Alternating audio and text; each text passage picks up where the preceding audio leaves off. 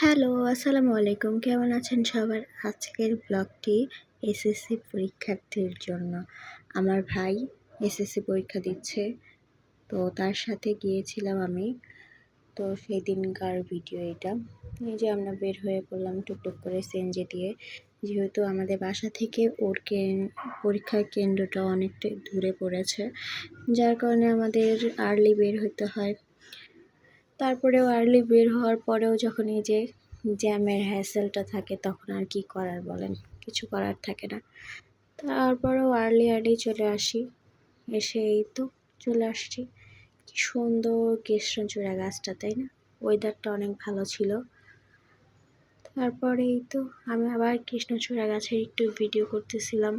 আসলে এই যে পরীক্ষার্থীরা পরীক্ষা দিচ্ছে, একটা সময় আমরাও এই সময়টা পার করে এসেছি, তাই না? সবার জীবনেই একবার না একবার এই সময়টা এসেছে।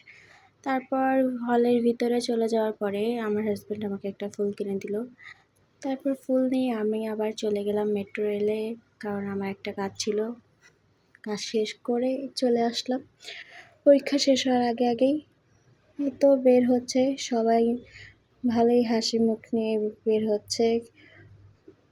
মেবি ধর্ম পরীক্ষা ছিল সেদিন, যার কারণে সবার পরীক্ষাই ভালো হয়েছে আলহামদুলিল্লাহ।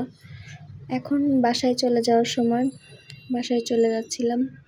বাসায় যাওয়ার সময় আবার একটু ভিডিও ক্লিপ নিলাম।